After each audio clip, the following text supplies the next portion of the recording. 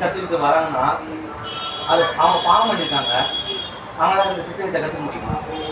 என்ன பாவம் பண்ணிட்டாங்க? ஏதோ ஒரு இப்போ ஒரு சொல்கிறேன், உதாரணம் சொல்கிறேன், 10 கொலை பண்ணியிருக்காங்க, 10 பாலியல் பண்ணியிருக்காங்க.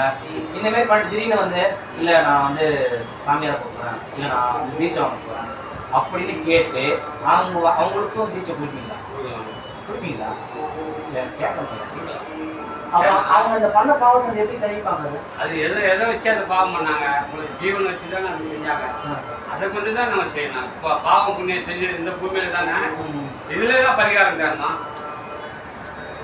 அந்த உயிரை வச்சு தானே, அந்த உயிரை வச்சு தானே பாவத்தை செஞ்சீங்க. அதே உயிரை வச்சு புண்ணியத்துக்கு பாவம்.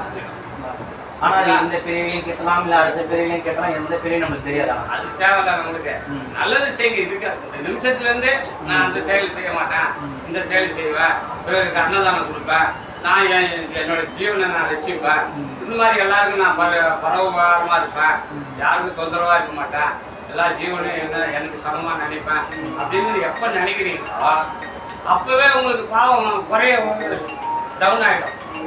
குறைய ஆரம்பிச்சிடும். ஸ்டெப் ஸ்டெப்பாக குறைய ஆரம்பிச்சிடும். ஒரு நாள் நீங்கள் அதே செய்தியில் இருக்கும்போது கடைசி நேரத்தில் கூட நமக்கு அந்த இது அக்கௌண்ட் ஜீரோ பண்ணும். அது அவங்க கையில் இருக்கு. அவங்க முயற்சி பயிற்சி இதை நம்ம செய்யணும். ஆனால் அதுக்குண்டான பலன் வந்து அவங்க கொடுப்பாங்க. கிடையாது.